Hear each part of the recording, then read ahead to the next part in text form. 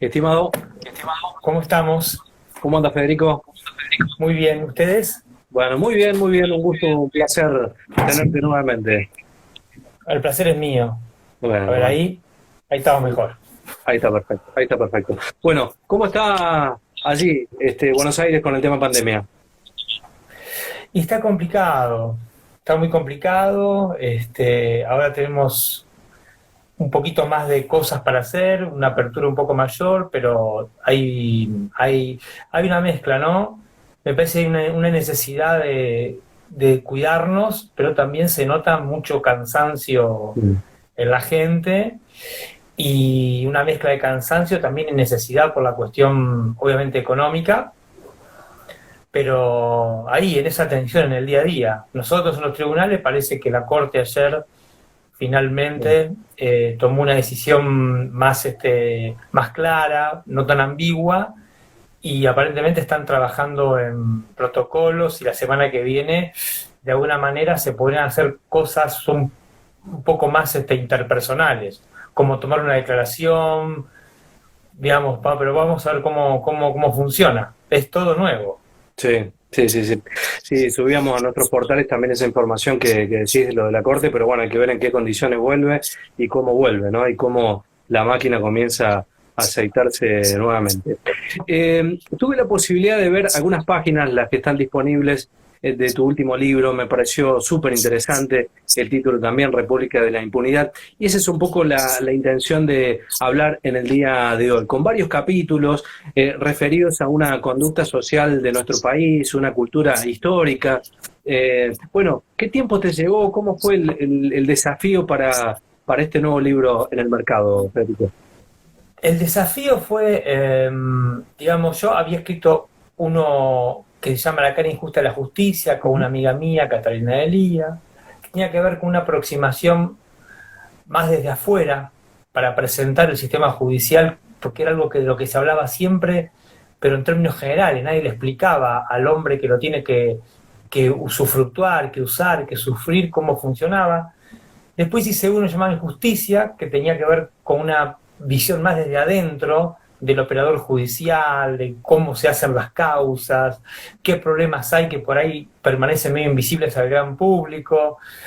Y después hicimos, se me ocurrió terminar la tríada, digamos así, con una cosa que a mí me preocupa mucho, que es la impunidad. Digamos, ¿por qué nosotros en la Argentina parece que estuviésemos destinados a convivir con la impunidad? Históricamente, y se me ocurrió pensar la impunidad no como algo que cae del cielo, como algo que es dado, sino como algo que se construye.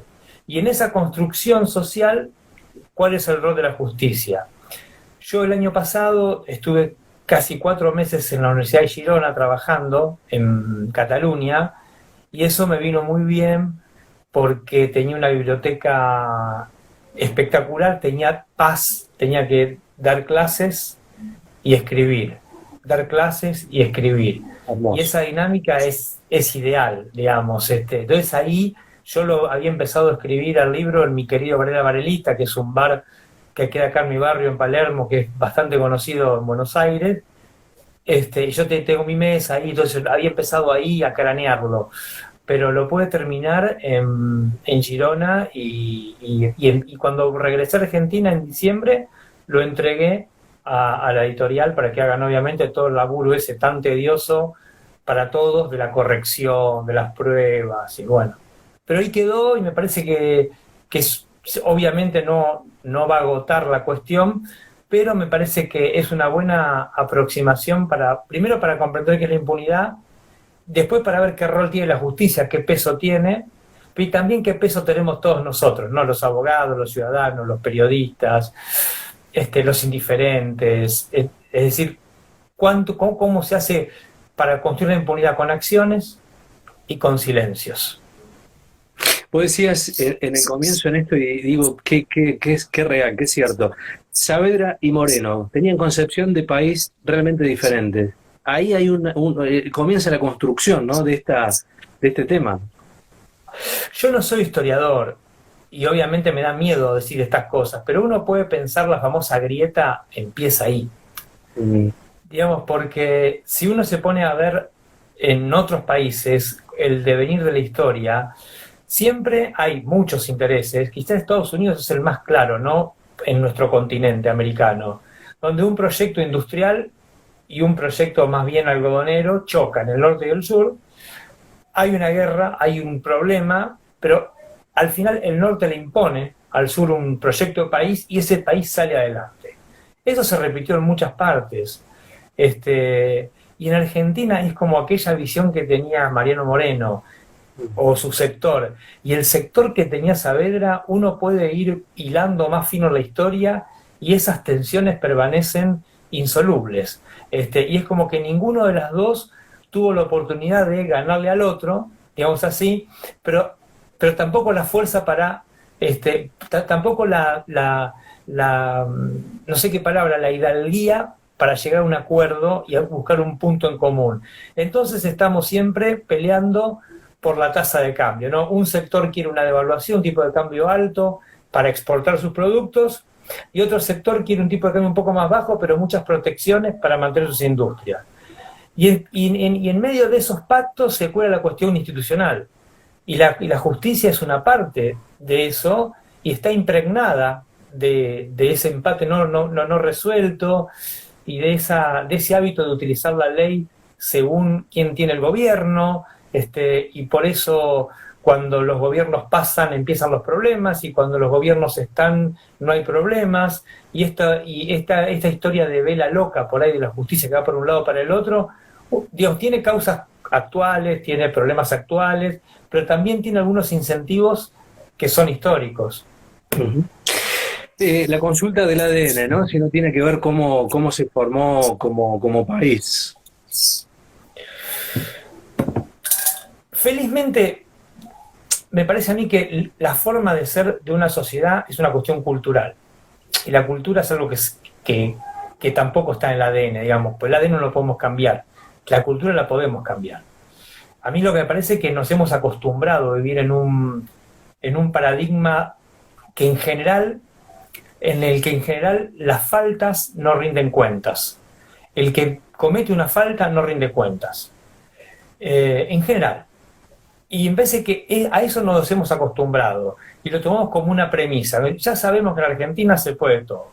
Ya sabemos que hay cosas que son así. Y es como que hay una suerte de resignación. Pero lo concreto es que ninguna sociedad ha sido exitosa, en Occidente al menos, sin un sistema institucional razonablemente creíble que destile valores vinculados a lo que está prohibido y a lo que está permitido. Entonces, no puede ser que lo prohibido y lo permitido en nuestra región, en nuestro país, tenga que ver con los colores políticos por ahí de los gobiernos de turno. Porque así, digamos, tiene problemas. El empresario que quiere invertir $2 millones en una industria tiene miedo, porque dice, bueno, si aquí hay un problema con el contrato, ¿a dónde lo hago valer?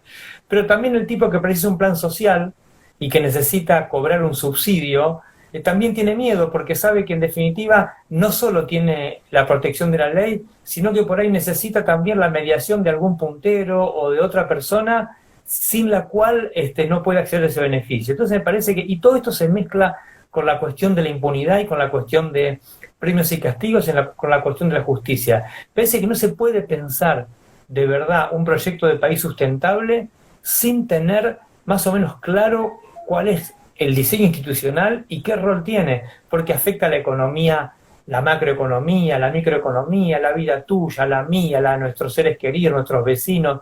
Todos en algún momento necesitamos tener algunas reglas y tenemos que saber que esas reglas, si no se cumplen, algo va a pasar. No que se pasa, no que si se viera la regla a veces pasa, a veces no pasa, a veces sí, a veces no. Eso me parece que es un problema y el problema más grande, más que el ADN, creo que nos hemos acostumbrado a eso. Hay algunas consultas que tienen que ver con elementos también para analizar. ¿Cómo ve que se le otorguen las moratorias a quienes no pagaron impuestos y a los que pagaron no tengan ningún beneficio? Eso es un contrasentido bastante cotidiano en nuestro país, ¿no? Y son los incentivos. Yo en el libro trabajo mucho la cuestión de los incentivos. Ahora, obviamente, hay una situación que por ahí es que a mí me excede la capacidad de analizarla, porque me parece que, digamos, basta ver hoy los diarios de Europa para ver que la Comunidad Económica Europea no solo es la primera vez en la historia que se va a endeudar para financiar la crisis, sino que le va a dar a los países miembros préstamos que no tienen obligación de reintegrar, es decir, regalos de plata para que reconstruyan su economía. Entonces ahora me da miedo, digamos, por ahí es una cuestión delicada hablar de las moratorias, pero en cuanto, desde el punto de vista técnico, que es lo que vos me estás preguntando, claro que son incentivos complicados, porque ¿cómo se siente el que hizo un sacrificio tremendo y pagó regularmente, día tras día, y se privó de hacer muchas cosas por cumplir su obligación con el fisco, cuando hay otros tipos que saben que determinada cantidad de tiempo, saben que en algún momento va a haber una oportunidad para hacer borrón y cuenta nueva? Y son estos incentivos complejos, digamos, complejos que después parece que son contingentes, pero impactan en el mediano y en el largo plazo. Me vuelvo un poquito al libro que tiene que ver con esta cuestión de allá por el 25 de mayo de 1810, luego el Estatuto de 1815, y vos mencionás el instrumento elegido es la ley, digo, el poder que tiene la ley todavía en aquel momento. ¿Qué análisis haces desde lo histórico viniéndonos para este contexto, lo que significó esa fecha tan importante para Argentina? Que me parece que la forma en que se gesta nuestra independencia, ¿no?, que tiene que ver un poco con un acuerdo a espaldas de una España invadida por Napoleón, de una Gran Bretaña que tenía que eludir el bloqueo de Napoleón y precisaba llegar a estas tierras porque necesitaba un mercado. Y ese doble juego de doble lealtad que hacen nuestras élites, de lealtad a Fernando VII, pero firmando pactos con los ingleses, y después la necesidad de al momento de crear un Estado, tuvimos que hacer una elección. Y me parece que nuestros patriotas eligieron imponer la autoridad sobre un determinado territorio que era muy complejo, porque ya existían intereses sectoriales muy fuertes en cada región de la Argentina. Y entre crear un lazo social estructurado en la ley o crearlo en base a la autoridad impuesta desde arriba, eligieron la autoridad. Y esto es como que de algún modo subordinó siempre la ley a la voluntad del que manda. Entonces el que se hacía del poder político, el que lograba gobernar, tomar el gobierno, de algún modo sabía que podía imponer un sentido de la ley. Y eso me parece que nos ha venido persiguiendo, nos hemos acostumbrado, hemos desarrollado un hábito que de algún modo tolera que quien está en el gobierno, o no importa quién sea, de algún modo tiene un plus a la hora de decir qué es lo que dice la ley. Y me parece que en el tema de la justicia se ve claramente con esta historia que los gobiernos cuando están en el poder no les pasa nada, los expedientes judiciales avanzan poco, y sin embargo cuando esas personas dejan el poder porque son reemplazadas por otro partido político, empiezan sus problemas. Digamos, ahora lo estamos viendo con el tema del macrismo. Digamos, yo no voy a abrir juicio de valor sobre las causas, pero todos los hechos ocurrieron entre el año 2016 y el año 2019, ¿no? Sin embargo, durante esos años no hubo grandes movimientos. Ahora vemos que empiezan de golpe, y que incluso un expediente como el que ahora vimos que el juez Canicova Corral procesó a exfuncionarios, estuvo en su conocimiento más o menos 2 años, y de golpe, 2 semanas antes de jubilarse, toma la decisión de procesarlos. Yo no abro juicio, quizá está bien la resolución, quizá es perfecta desde el punto de vista técnico, no lo sé, pero lo que me interesa desarrollar es el movimiento, ¿no? Cómo, de algún modo, la temporalidad se define por el lugar que ocupan esas personas en la estructura del gobierno. Y eso es eso también es impunidad. Eso también es impunidad. Y eso también es un feo incentivo para los ciudadanos. Y eso se arregla empezando por el principio, construyendo instituciones sólidas. Instituciones sólidas tiene que ver también con quién las pone en movimiento, cómo elegimos jueces, cómo elegimos fiscales, cómo elegimos ministros. Es muy importante eso, me parece, pensar que por ahí no tiene que ver con discutir grandes cosas, sino también empezar por el principio, como las casas, ¿no? El pozo, los cimientos, las paredes. Hay una frase que mencionás en el libro que me parece muy interesante y algo mencionabas con respecto a esta parte de la revolución en los comienzos de la generación de la independencia, que la fuerza desplaza al derecho como elemento ordenador. Qué importante esa frase, ¿no? Y cuánto define. Y además fíjate que la ley también nace como es lo contrario a la fuerza. Digamos, la ley es el resultado de nuestras voluntades, nuestros valores, lo que pensamos. Supuestamente nuestros representantes más o menos captan ese sentido que circula, lo transforman en leyes. La ley es el resultado del acuerdo y es la contraposición a la fuerza. Ahora, la ley entonces está impregnada de muchos componentes éticos, que son los que circulan en nuestra sociedad. Ahora, ¿qué pasa cuando esa ley la aplicamos despojada de esos componentes éticos? Es otro acto de fuerza. Se equipara. Entonces, a veces, la aplicación de la ley, cuando la ley se la utiliza en un sentido particular, cuando, la ley tiene una vocación universal, nace para todos. La ley es universal.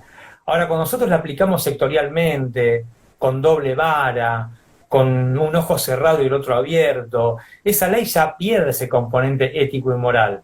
Se transforma en un acto de fuerza. Entonces, a veces también aplicar la ley desde el Estado no siempre es aplicar la ley en el sentido natural de la ley, ¿se entiende? Sino que también es un acto de fuerza. Cuando yo digo, a veces pasa, por ejemplo, nosotros cuando teníamos drogas en la capital federal, era muy trágico y cómico el tema. En las zonas más de poder social más alto, digamos en las zonas norte de la ciudad de Buenos Aires, casi no había secuestro de drogas en la calle. Es como que la gente no se drogaba. Ahora, cuando en el mismo momento, en las zonas más vulnerables, la zona sur de la ciudad de Buenos Aires, ahí sí se secuestraban drogas. Eso era observar un fenómeno con un ojo vendado o con anteojeras o de un modo dispar. Porque no puede ser que la droga circule en una ciudad que es circulaba en algún barrio sí y en otro no. Tenía que ver con otras cosas. Claro. Y eso también es un acto de fuerza. Si la policía secuestra droga, aplica la ley, pero la aplica de un modo tal que se transforma casi en un acto de fuerza, porque no puede ser que en un mismo espacio geográfico, separado solamente por algunas cuadras, en un barrio pasen determinadas cosas y en el que está al lado no. ¿Se entiende? Entonces me parece que ahí también la ley, que debería ser lo opuesto a la fuerza, en algunos momentos medio que se equiparan. Para que exista la impunidad, ¿qué componentes deben existir? Y primero tiene que existir, me parece, la hipótesis que yo tengo en el libro, es que tiene que haber un acuerdo social que no tiene que ser expreso, pero en que nuestros problemas no solamente se resuelven de acuerdo con la ley. Digamos, hay otras formas. Si yo me tomé 3 vasos más de cerveza y me agarra un policía en un control de alcoholemia, digamos, no es la única solución posible, no sería que yo deje el auto, pague la multa, me saquen el registro, sino que también puedo coimear, puedo pedir un favor, el tipo me puede dejar pasar, eso me parece que es central. Después hacen falta acciones destinadas deliberadamente a no cumplir la ley. También hacen falta silencios de muchas personas que deberían levantar la voz y no la levantan. Básicamente, los primeros son siempre los funcionarios, ¿no? Porque los ejemplos son de arriba hacia abajo. Esto nos atraviesa a todos, pero los ejemplos son siempre quien más capacidad, más responsabilidad tiene más deber de predicar con el ejemplo. Y después tiene que haber una estructura institucional que admita, la estructura institucional se supone que es la que lleva adelante la implementación de la ley. La ley es universal, la implementación de la ley debería ser universal. La estructura institucional, cuando no cumple con ese requisito, cuando permite que la ley se aplique parcialmente, contradictoriamente, en base a criterios que tienen que ver con la amistad, con la enemistad, con el favorecimiento, en fin, con un montón de cosas, pese que ahí empezamos a recorrer un camino que es complejo, porque permitimos que el Estado se pierda su vocación universal y se concentre en intereses particulares, que van cambiando. En una época son unos, en otra época son otros, pero son siempre particulares. Guillermo O'Donnell, que a mí me inspiró muchísimo, escribió un texto en el año 1984, cuando Argentina empezaba a pensar cómo sería la democracia naciente en aquel entonces, que lo llamó "Y a mí qué mierda me importa", provocando, y describía a la Argentina como una sociedad que funcionaba en base a un corporativismo anárquico. Él decía, hay 2 o 3 intereses en la Argentina puntuales, los describe, intereses fuertes, ¿no?, que aglutinan mucha gente, son 2 o 3. Siempre son representados por distintos grupos de personas. Pueden ser partidos políticos, pueden ser militares, siempre alguien los representa. Esos intereses circulan y luchan por medio de la ley, con la ley o contra la ley. Por esos 3 medios siempre luchan por hacerse del Estado y lograr que el Estado sirva sus fines facciosos. Y advertía, si no logramos romper esta inercia de este corporativismo que circula y no logramos construir un sistema razonable en el cual se pueda competir, pero se puedan componer, porque lo que supone el corporativismo anárquico es que yo te niego a vos y vos me negás a mí. Digamos, hasta que no logramos crear una sociedad y un sistema institucional en el que todos podamos competir, pero nos reconozcamos como competidores y como interlocutores, estamos sonados. Y me parece que ahí está, en estos elementos que enumeré, está básicamente la tierra en la que germina la impunidad. Y después tenemos la justicia, que obviamente al final termina consagrando, es como el broche de oro, porque termina consagrando quién gana y quién pierde en esta loca carrera por hacerse yo lo llamo en el libro, el Estado como un botín. Y para eso basta pasar por cualquier cárcel. Argentina es un país que tiene muchos problemas de evasión impositiva, muchos problemas de corrupción, y no registramos condenas a prisión por esos hechos, y sin embargo tenemos muchas condenas por delitos menores. Esto quiere decir que hay que condenar todo. Digamos, el Estado tiene que condenar todos los delitos, no solamente los menores, sino todos. Y ahí me parece que esa es la hechura de la impunidad. Para ahí adentro podemos sacar un montón de acciones que contribuyen a crearla, ¿no? Pero me parece que hay un problema, ese me parece que es el problema macro.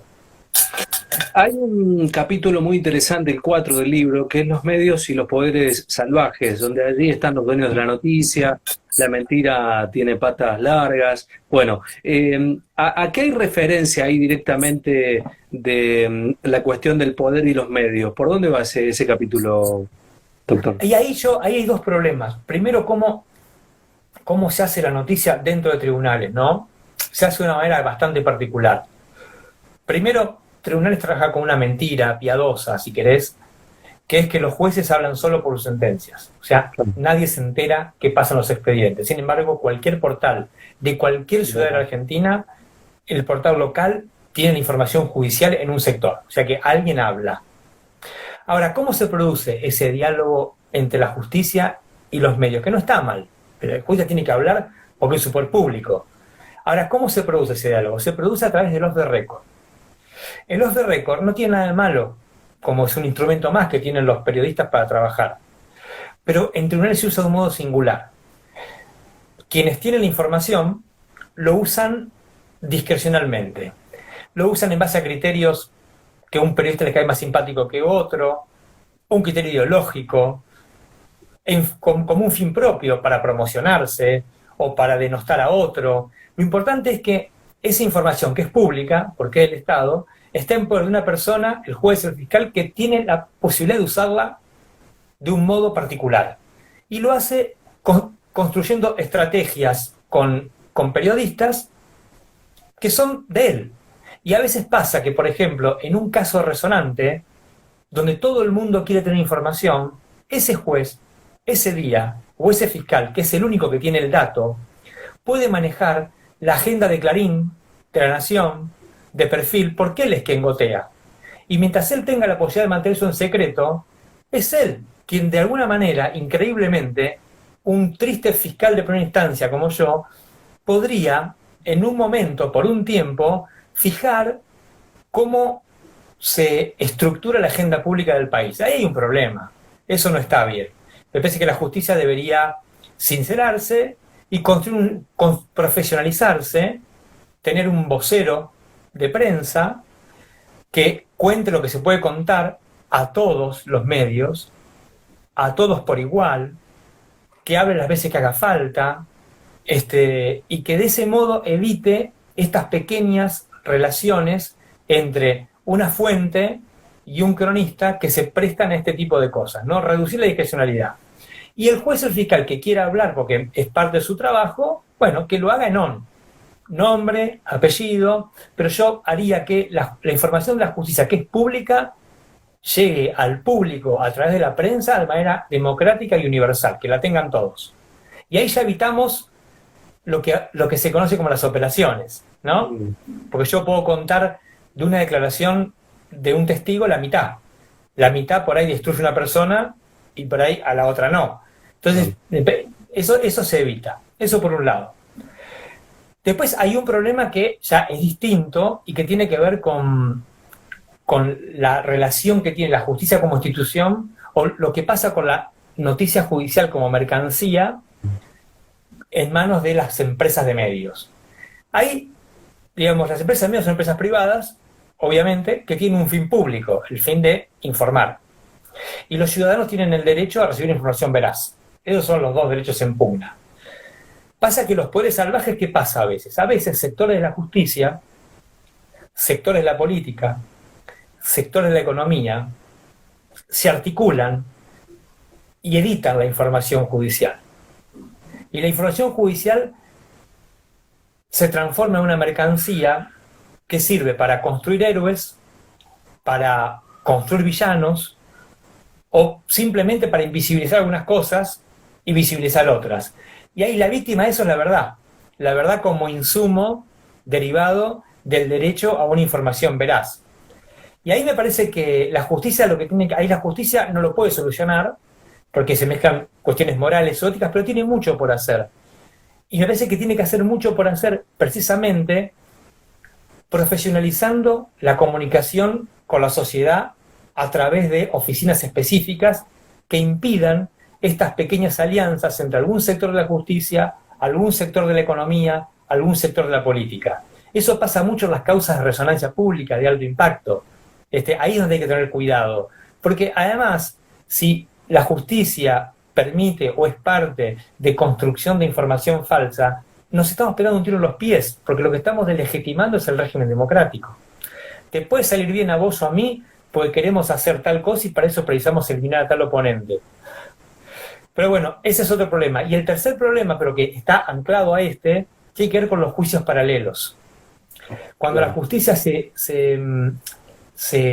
combina, o un sector de la justicia, para ser justo, se combina con estos poderes salvajes, se desarrollan juicios paralelos. Esto quiere decir que lo que pasa en la realidad, en el expediente, tiene muy poco que ver con lo que ocurre en la arena mediática.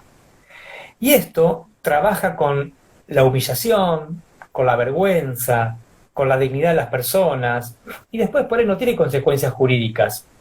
Pero esa persona quedó destrozada. Yo pongo el ejemplo típico, un juez puede a una empresa pedirle un informe, y el empresario se lo va a dar en una investigación. Le pide un informe. También puede, para buscar ese informe, allanar la empresa, hacerlo a las 8:30 de la noche, cuando están todos los noticieros trabajando, o a las 9 o a las 8:30 de la mañana, cuando es el prime time de la radio. El fin es el mismo, conseguir información. El medio es tremendo, porque a un empresario que tiene un montón de clientes, que es parte de una investigación, no quiere decir que sea culpable, que un juez le pida un informe o que un juez le clausure una oficina no es lo mismo. No es lo mismo. Digamos, hay un montón de cosas que tienen que ver con su estructura de trabajo que pueden quedar afectadas. Y ese es el trabajo, entre comillas, que pueden hacer los poderes salvajes. Por eso es tan importante para mí reglamentar, incentivar, privar de discrecionalidad, porque los hombres no son todos ángeles.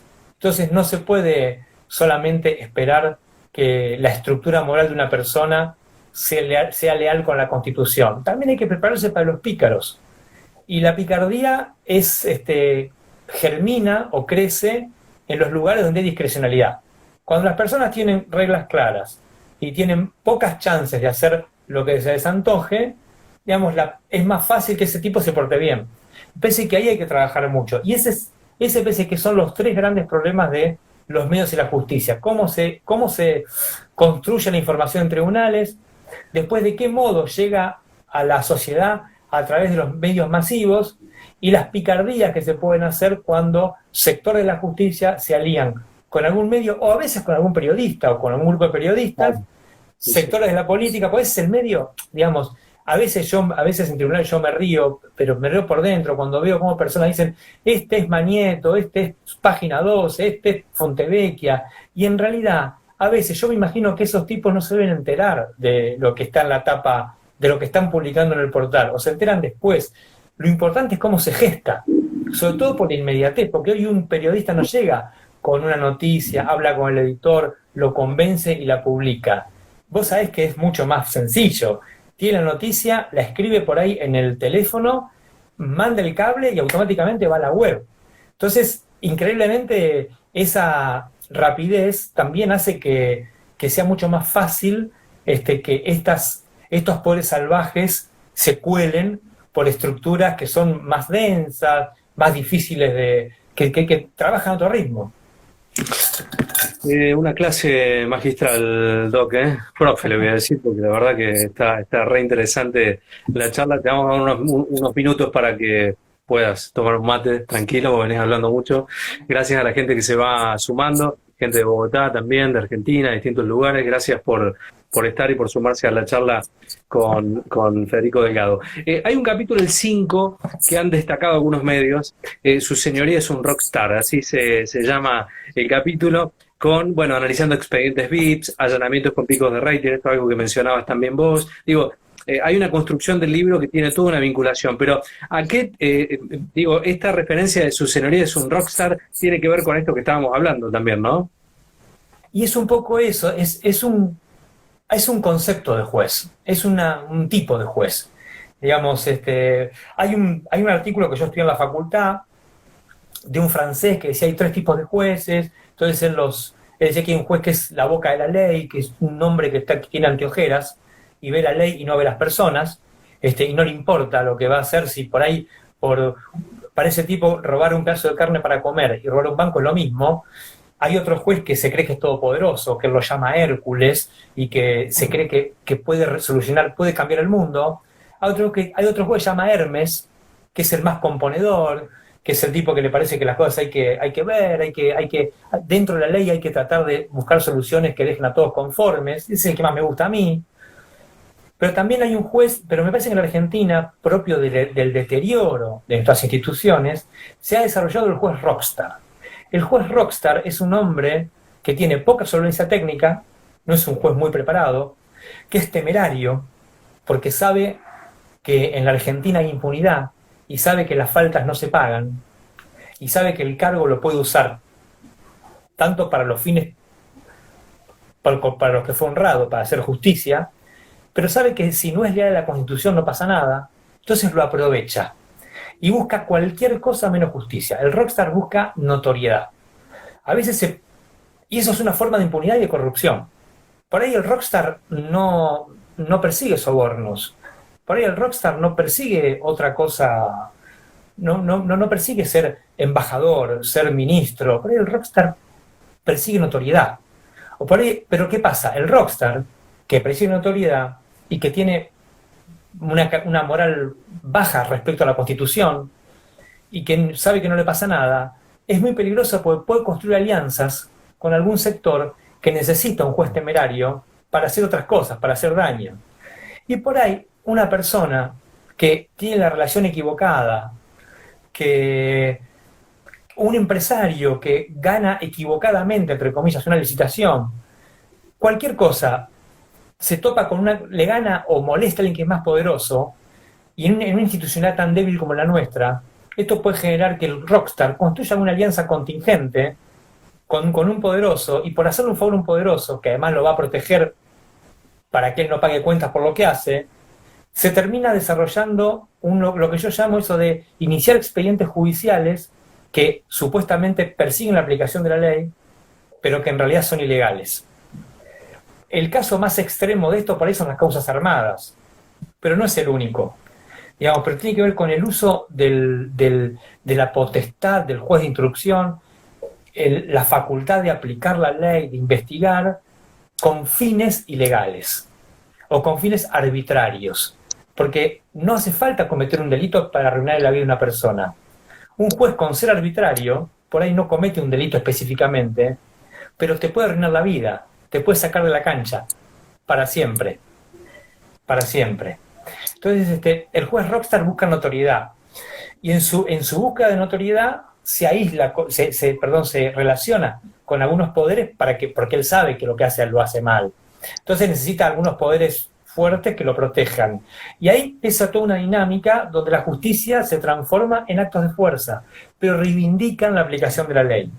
Y eso es peligroso en contextos como el nuestro, en el que la gente, genuinamente, la sociedad, reclama castigo a la inseguridad, castigo a la corrupción, castigo al lavado de dinero, castigo a la evasión de impuestos. Entonces, a veces la necesidad de regeneración institucional es un terreno también muy fértil para el juez Rockstar, porque sabe que por ahí, siendo más o menos prolijo, articulando relaciones con un poder salvaje, mintiendo un poco, siendo arbitrario, puede presentar una cosa tremendamente ilegal como un momento, transformar una esperanza. Entonces, al final del recorrido, los que perdemos somos todos, porque algún día la verdad salta, siempre. Y cuando la verdad salta, lo que se deslegitima es la ley. Y si la ley se deslegitima como mecanismo de resolver conflictos, volvemos a lo que decías vos, a la fuerza. Y si vamos a la fuerza, gana siempre el que es más fuerte, el que tiene más poder o el que tiene más plata. Y la inmensa mayoría de nosotros queda sin ningún tipo de protección. Entonces ahí me parece que hay cosas para pensar. Bien. Ahora te busco algunas preguntas. ¿Qué opina de la ampliación de la cantidad de miembros en la Corte Suprema? A mí me parece que lo que hay que hacer con la Corte Suprema no sé si tiene que ver solamente con miembros. Lo que hay que lograr es una Corte Suprema que destile credibilidad, que nos sintamos orgullosos, no solo la comunidad jurídica, sino los ciudadanos de nuestra Corte, que resuelva los casos de manera rápida, que no tarde mucho tiempo, y fundamentalmente que haga docencia. ¿Tuvimos alguna corte, doctor, a lo largo de la historia argentina, a su criterio, que haya sido ejemplar? Yo creo que sí. Yo creo que la Corte de Alfonsín, sobre todo mientras estuvo presidida por Genaro Carrió, me parece que tomó decisiones muy valientes, aplicó la ley de manera muy valiente e impuso respeto, logró ser respetada en un contexto muy complejo. Me parece que la corte de Néstor Kirchner, que reemplazó a la mayoría automática de Menem, también tomó decisiones muy valientes, hizo que nuestros derechos sean más gordos. A mí me parece que la corte, lo que pasa es que el trabajo de la corte cada año que pasa es más arduo, porque la gente, yo detesto decir esto porque soy parte, pero cada día que pasa la palabra de los jueces y fiscales, al menos en la capital federal, está más devaluada. Esto no quiere decir que son todos truchos, no, hay muchos buenos, muchos malos, pero en su conjunto la palabra está devaluada. Recuperar el valor de esa palabra, el primer paso siempre lo tiene que dar en estructuras tan piramidales como la justicia, los tienen que dar los de arriba, los de abajo los vamos a acompañar, pero los de arriba tienen que dar algunos ejemplos, algunos pasos, algunos mensajes claros, ejemplificadores, que nos hagan sentir orgullosos. Es como el maestro ese del colegio primario, secundario, o el profesor de la facultad que te marcó para siempre, a los que tuvimos la suerte de ir a la facultad. O como ahora es que está tan de moda cuando Bielsa le dice a los tipos, mire, usted baje 4 kilos o no juega. Esas cosas que molestan en el momento por ahí, pero que en el mediano plazo enorgullecen. Hasta que no recuperemos el valor del ejemplo, la Corte tiene que lograr eso, ¿no? Y no creo que tenga que ver con cantidad de miembros. Eso tiene que ver con decisiones de las personas y fundamentalmente con valores éticos y morales, recuperar la ética pública. Y yo entiendo, la Corte puede tener las mejores sentencias jurídicamente escritas, la mejor interpretación de la ley, pero además tiene que ser creíble. Y para ser creíble tiene que llegar a mi mamá, a mi tía Elsa, y todos tienen que ver a los jueces de la Corte, conocerles la cara y decir, che, qué bar, mirá los jueces que tenemos. Se construye así, digamos, hay que construir respeto, y el respeto se construye con ejemplos. Entonces me parece que hay momentos en la vida que la dimensión ética, en la vida pública, en la Argentina, me parece que hay un déficit muy grande de empezar a discutir la dimensión ética. Yo lo decía otro día con un periodista, el tema de los servicios de inteligencia y el tema de las escuchas ilegales. Supongamos que la justicia resuelve todos los casos que hay ahora sospechados de la época de Macri, y todo lo del gobierno anterior resuelve todo. Ahora, el problema es, ¿cómo nos garantizamos que los que vienen no utilicen los servicios de inteligencia con los mismos fines? Ninguna ley nos puede dar una vacuna contra eso. No hay vacuna contra eso. Sí hay cosas que pueden hacer los hombres, que son pactos morales, pactos éticos. Es decir, mire, muchachos, con esto no jodemos más. Así como alguna vez nuestra democracia dijo, basta la cuestión militar, basta. Los problemas los solucionamos de otra manera, nadie más golpea los cuarteles, se terminó, basta. Y logramos hacer eso y superar asonadas como la de Semana Santa y resolver la cuestión o gran parte de la cuestión de la dictadura. Bueno, me parece que hay momentos, hay quiebres en la vida de los pueblos donde o tomamos esas decisiones que son todas nuestras, porque son de los dirigentes pero también son nuestras, o si no estamos condenados a repetir el mismo comportamiento, nada más que lo que cambia son las víctimas, pero el comportamiento es parecido. Sí, sí. Doctor, hay un último capítulo, el 6, también hacemos la última parte de la entrevista que tiene que ver con las causas para armar y desarmar, y hay conceptos interesantes que me gustaría que los desarrolle, como el perejil, el sospechoso conveniente. Bueno, ¿de qué trata un poco ese capítulo? Y bueno, ahí la justicia, sobre todo la federal, la penal en general, la federal en particular, tiene un componente bastante cruel que es mucho más severa con el más débil y mucho más condescendiente con el más rico.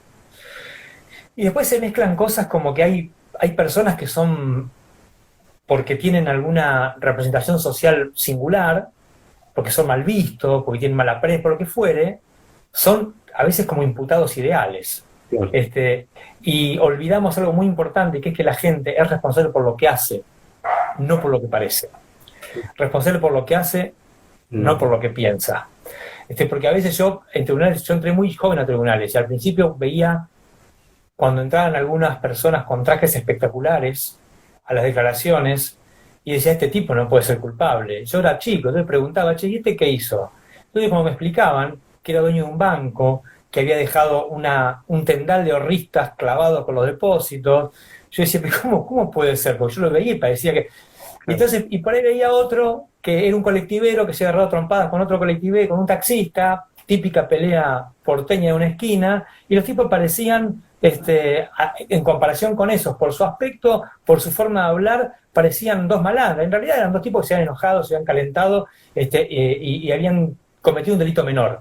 Pero me parece que se juega con eso, ¿no? Y el tema de las causas armadas es más complejo porque es ya un sector de la justicia que traiciona la lealtad a la Constitución y utiliza la posibilidad fantástica de iniciar un expediente judicial cuyo lenguaje es el derecho, es la ley, el lenguaje, la justicia es la ley, y tiene la posibilidad de iniciar un expediente sobre cosas que no son ni verdaderas ni falsas, que son verosímiles.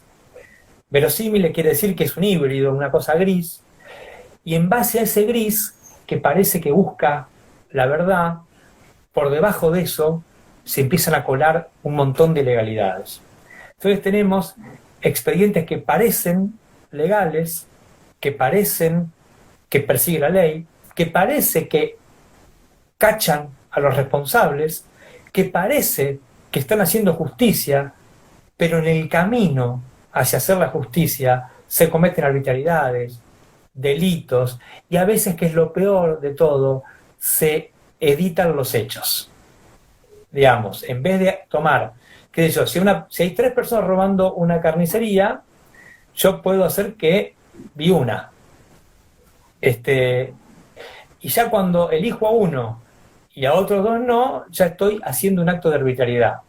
Y así hemos desarrollado este mecanismo tan perverso de las causas armadas, que se soluciona con luz pública, se soluciona con incentivos, y se soluciona y al final con la lealtad de los jueces, de los fiscales, de los empleados, de los abogados, de los periodistas, con la lealtad a la Constitución y al fin público de la organización estatal. ¿Podemos concluir con esto que Argentina es una república con impunidad? Y la república tiene una prensa, me parece, sesgada, que parece que república es algo aristocrático. Y la república tenía 2 formas de representarse. Una es la Cicerón, aristocrática, pero otra era también la tradición milenaria, el Mediterráneo antiguo, que la república era el gobierno de los pobres asalariados. La república era el gobierno de las grandes mayorías que se organizaban democráticamente y que lograban crear un artefacto político en el que dominaba la ley. Entonces significaba mandar obedeciendo, porque la ley es el resultado de lo que nosotros decimos a través de nuestros representantes. Entonces no gobierna ni el más poderoso, ni el más rico, ni el mejor. Gobierna la ley.